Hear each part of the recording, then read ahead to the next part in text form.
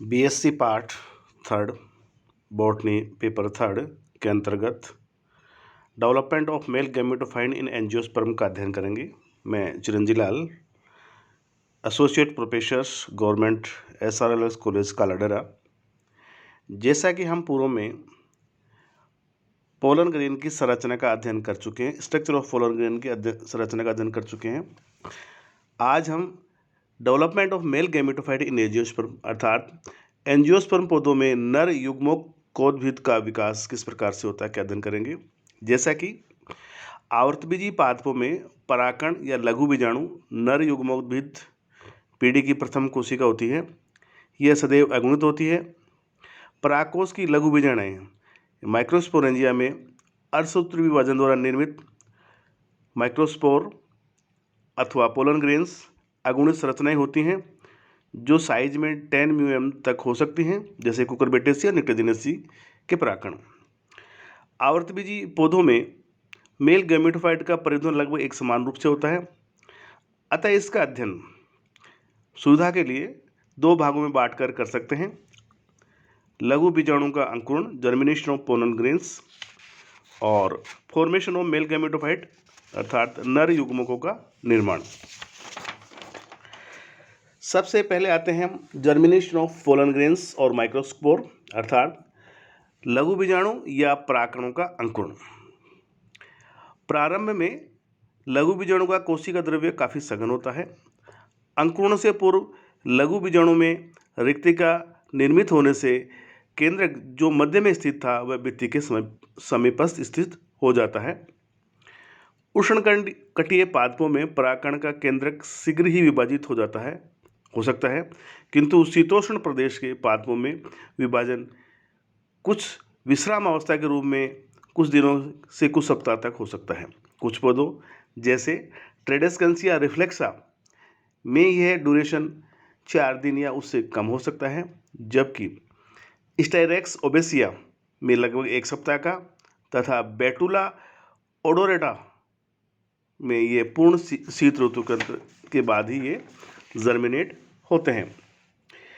लघु बीजाणु प्रथम विभाजन द्वारा वेजिटेटिव सेल तथा जनरेटिव सेल निर्मित करता है। वेजिटेटिव सेल मध्य की ओर बड़ी तथा जनरेटिव सेल चपटी छोटी भित्ति की ओर निर्मित होती है। अर्थात अगर हम स्ट्रक्चर ऑफ पोलन ग्रेन्स देखें तो इसके अंतर्गत जो सबसे बाहरी आवरण है ये है पोलन वाल। ये पोलन वाल दो भागों में बटी होती है, इंटाइन और एक्साइन के अंतर्गत। तो जो एक्साइन है वो फिर से दो भागों में बटी हुई है, एक्स्ट एंजाइम और एंड एक्साइन्स। जो एक्स्ट एक्साइन है वो 3 परतों में बनी होती है, टैक्सम, बैकुलम और फुटलेयर।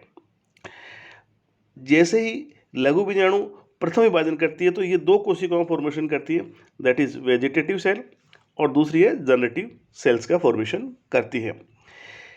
जो वेजिटेटिव सेल होती है वो मध्य की ओर होती है तथा बड़ी होती है। जनरेटिव सेल छोटी तथा चपटी एवं भित्ति की तरफ होती है। जनरेटिव सेल जनन कोशिका कुछ समय बाद ही लघु बीजाणु की भित्ति से अलग होकर अपना स्थान बदलकर किसी भी भाग में स्थित हो सकती है। जनन कोशिका की आकृति मसूराकार, तर्करूपी व दीर्घवृत्ताकार हो सकती है। इसका जीवद्रव्य सघन व इसमें काफ़ी मात्रा में ribosomes, mitochondria, dictyosome, endoplasmic reticulum आदि कोशिकांग पाए जाते हैं। इसके केंद्रक में उपस्थित क्रोमेटिन की मात्रा कायिक सेल से अधिक होती है। इस सेल में खाद्य पदार्थों का विशेष रूप से अभाव पाया जाता है। नेक्स्ट है वेजिटेटिव सेल या कायिक कोशिका।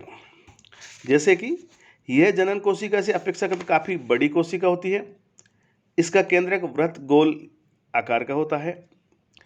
इसमें साइज इसमें 1 से 2 न्यूक्लियोलस केंद्रिक उपस्थित हो सकते हैं। इसके साइटोप्लाज्म में endoplasmic reticulum, ribosome, dictyosome, mitochondria आदि पाए जाते हैं। इनमें स्टार्च, फैट्स प्रचुर मात्रा में पाए जाते हैं। प्रोटीन भी इनमें रिपोर्टेड किए गए हैं, किंतु ये अल्पकालिक होते हैं। वह परागकणों के परिपक्व होने पर लुप्त हो जाते हैं। इसी तरह अब हम बात करते हैं वेजिटेटिव न्यूक्लियस की। वेजिटेटिव न्यूक्लियस की अर्थात जब डेवलपमेंट देखते हैं तो इसमें सबसे पहले जैसे ये दो सेल बनी, वेजिटेटिव सेल और जनरेटिव सेल। तो जो वेजिटेटिव सेल है ये काय कोशिका कहलाती है और जनरेटिव सेल जनन कोशिका कहलाती है। वेजिटेटिव सेल जैसे कि हमने अध्ययन किया, ये अपेक्षाकृत काफ़ी बड़ी कोशिका होती है, लगभग गोल या अनियमित आकार की होती है। जो वेजिटेटिव न्यूक्लियस होता है काय केंद्रिक होता है। आवर्तबीजी पादपों के नर युग्मोद्भिद पर शोध करने वाले वैज्ञानिक पहले ये माना करते थे कि पोलन ट्यूब को दिशा निर्देश देने में ये महत्वपूर्ण कार्य करता है, किंतु आधुनिक उपकरणों द्वारा किए गए शोध के उपरोक्त कथन तथ्यपूर्ण नहीं लगता है। कुछ मुख्य तथ्य जो वर्तमान में वैज्ञानिकों ने अध्ययन करके रिपोर्ट किए हैं वह निम्न अनुसार है।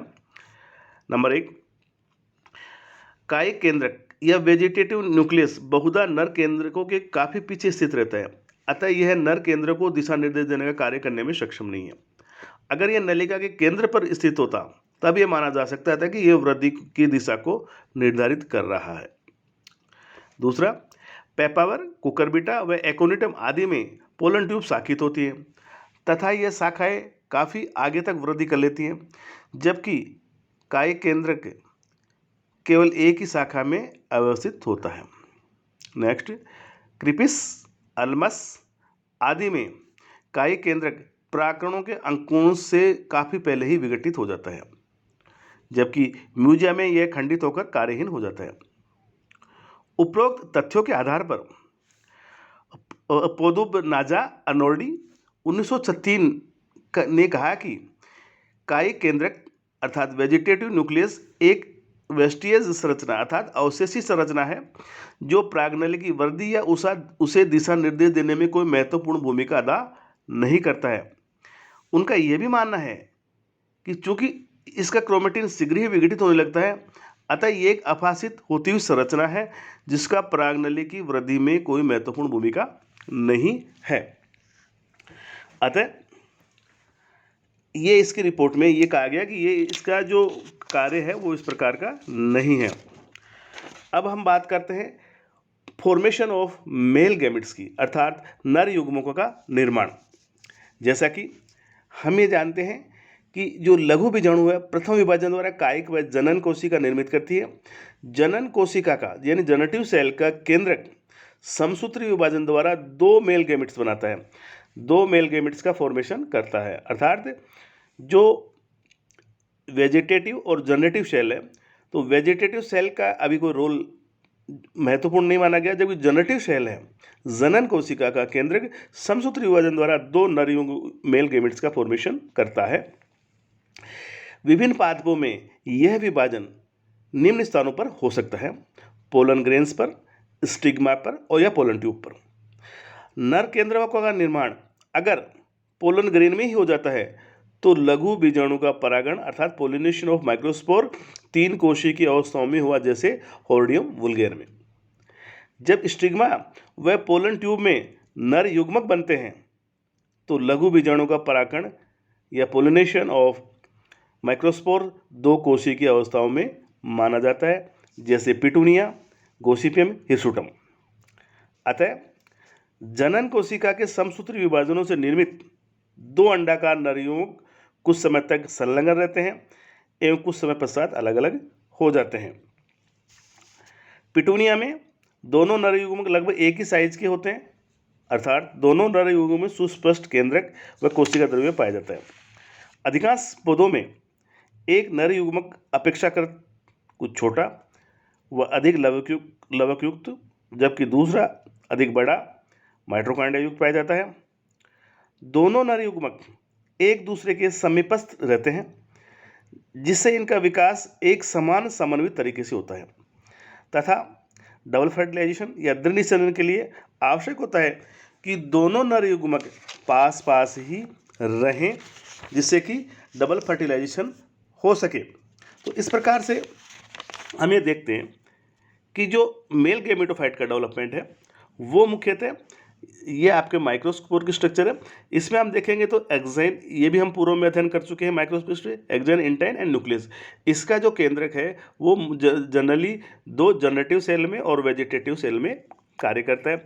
जनरेटिव सेल में अगेन डिवाइड होकर के 2 मेल गैमेट्स का फॉर्मेशन होता है, यानी कि 2 नर युग्मकों का निर्माण होता है। और ये 2 नर युग्मकों के आगे दिस इज मेल गैमेट का निर्माण करते हैं, 2 मेल गैमेट्स का निर्माण फॉर्मेशन करते हैं। और ये 2 जो है वो डबल फर्टिलाइजेशन या द्विनिषेचन में सहायक होते हैं।